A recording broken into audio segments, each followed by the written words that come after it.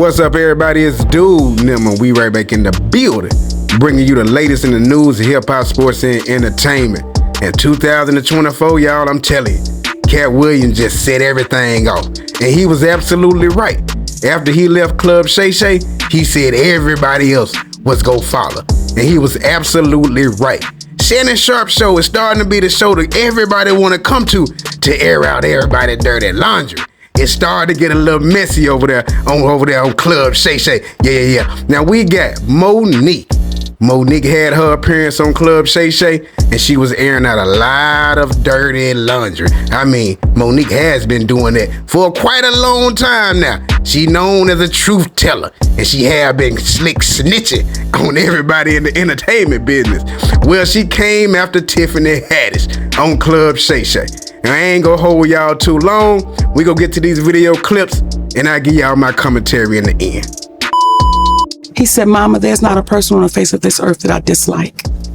I may dislike what they do, but I don't dislike the person. And it took me a minute to understand it, because I'm like, I don't like their ass. I don't like what they did. I don't like their ass. I don't like their mama. I don't like none of them. But he said, no, there are things you've done that I dislike, but I don't dislike you. Right.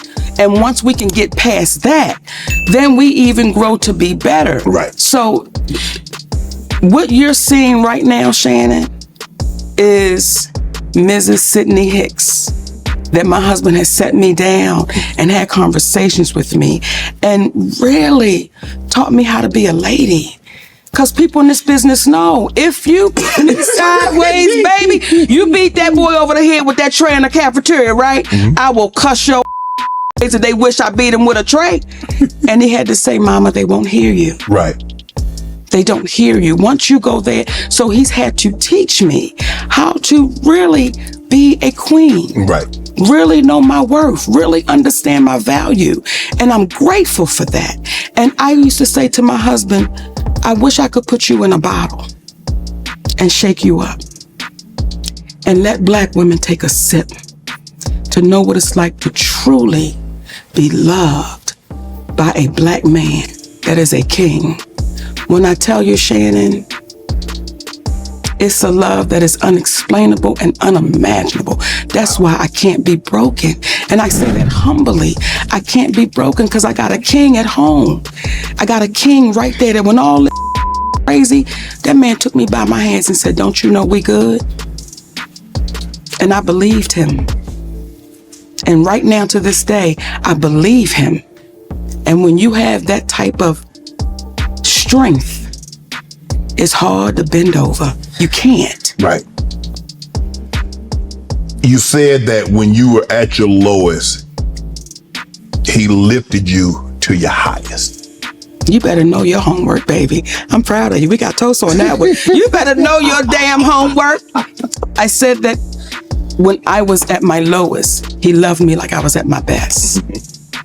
And I was mentally ill because you're in this business. Everybody thinks you are the hero. Consideration can be thrown out the window. Patience can be thrown out the window. Because when you get home, you believe that I'm the breadwinner. And what I say is what goes. And this is what it is. And this is my third marriage, though my first. Because this is the first time I've known my place as a Black man's wife. And there's a place. And we get so caught up in that word. What you mean your place? What you mean? Without him saying it, his actions showed me that he was the leader of that household. Without him saying it, I knew I was dealing with a king. And he doesn't have to constantly remind you of it. He's never. When we first got together, I sat at the head of that table. Comfortably. There was never a conversation about it. So one day I knew I was in the wrong place. Wow. And I moved to the side of the table and he sat at the head. We never had a conversation about it. It just happened because it was supposed to. So when people question my husband and why is he there, you would hope you would have one like that. I remember our beautiful sister Tiffany Haddish did an interview with GQ magazine. And this, in my humble opinion, is where we keep throwing each other under the bus. You're doing an interview with GQ magazine, and I'm assuming the journalist was a white person. And the conversation turned to Monique. And she said, well, I don't do business like Monique do business, and I'm glad I don't have that husband of hers. But she don't know your husband. And when I saw that, it's like, Tiffany, if you had a husband like mine, you may not have 2 DUIs. If you had a husband like mine, you may not be caught up in what looks like you could have been grooming a child. I can't believe it. Did you just say that? Wow. And I say all of that with no judgment. But when you speak about having a husband like mine, you open up the door.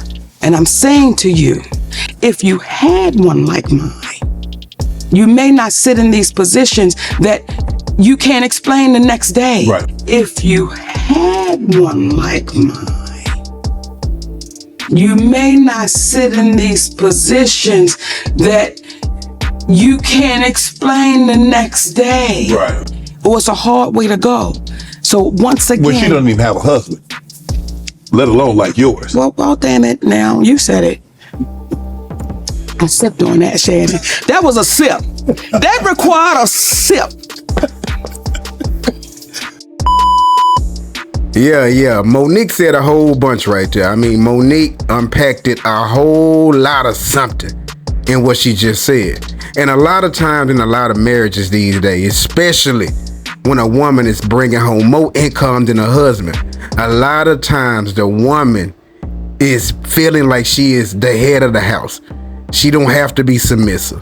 She running things. She can talk to her husband any kind of way. And in Monique's situation, her last couple of marriages, she was probably like that. And you see where it ended up.